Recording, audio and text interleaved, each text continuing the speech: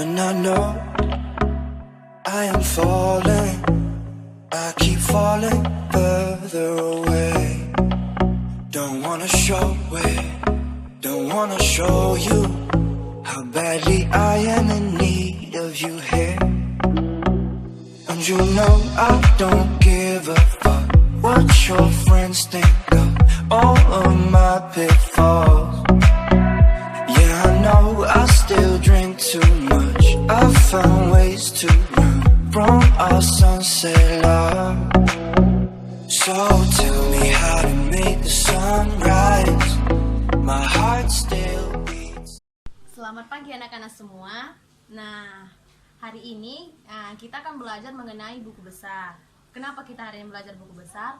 Karena kita kan kemarin sudah belajar mengenai jurnal umum. Jadi setelah kita belajar mengenai jurnal umum, maka akan kita pindahkan ke dalam buku besar. Nah, di sini ibu ingin bertanya, siapa yang tahu apa itu buku besar? Enggak ada yang tahu? Ya, yaudah, sini akan ibu jelaskan. Buku besar itu sendiri ialah pencatatan yang dilakukan oleh setiap perusahaan berdasarkan akun-akun yang terdapat di jurnal umum tersebut. Misalnya akun kas. Di jurnal umum itu akun kasnya ada berapa? Jadi semua akun kas yang ada di jurnal umum kita pindahkan ke dalam buku besar penggolongan kas. Sedangkan semua piutang yang terdapat di jurnal umum kita pindahkan ke dalam kelompok piutang yang ada di buku besar. Nah, begitu juga seterusnya, pembelian, penjualan, retur, dan sebagainya. Nah, jadi penggolongan akun itu ada terbagi menjadi dua. Yang pertama itu akun real, lalu yang kedua itu akun nominal.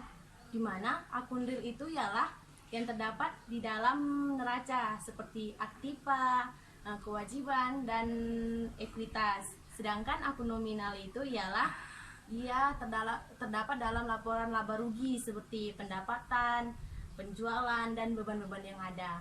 Nah, di sini ibu akan menampilkan PPT itu materi pembelajaran kita mengenai buku besar itu sendiri. Nah, kalian perhatikan ya dengan sesama, mana yang penting tolong dicatat, mana yang nggak tahu tolong nanti ditanyakan ke ibu ataupun kita diskusikan bersama.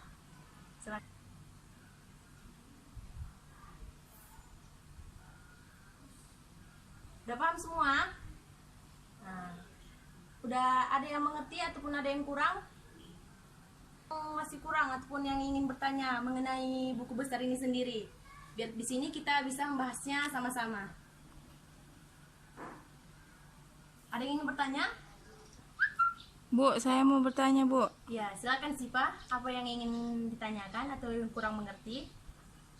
Nah, kan itu Bu tadi yang di PowerPoint Ibu itu kan ada saldo nominal. Ya. Jadi Bu, saldo nominal akumulasi penyusutan dan pendapatan apa, Bu?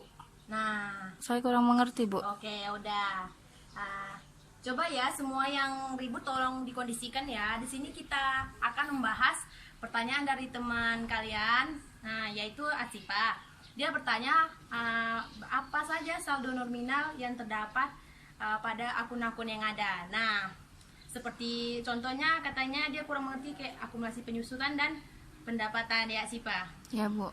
Nah, di sini Bu menjelaskan kalau misalnya aktiva itu atau aset, saldo nominal itu adalah di debit.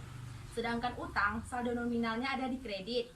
Ekuitas itu saldo nominalnya ada di kredit, serta pendapatan saldo nominalnya ada di kredit.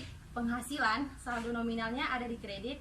Beban-beban itu saldo nominalnya ada di debit. Sedangkan freight itu saldo nominalnya juga ada di debit. Dan yang terakhir akumulasi penyusutan itu saldo nominalnya ada. Nah, kenapa saldo pendapatan itu saldo nominalnya di kredit? Karena kan misalnya kita berjualan.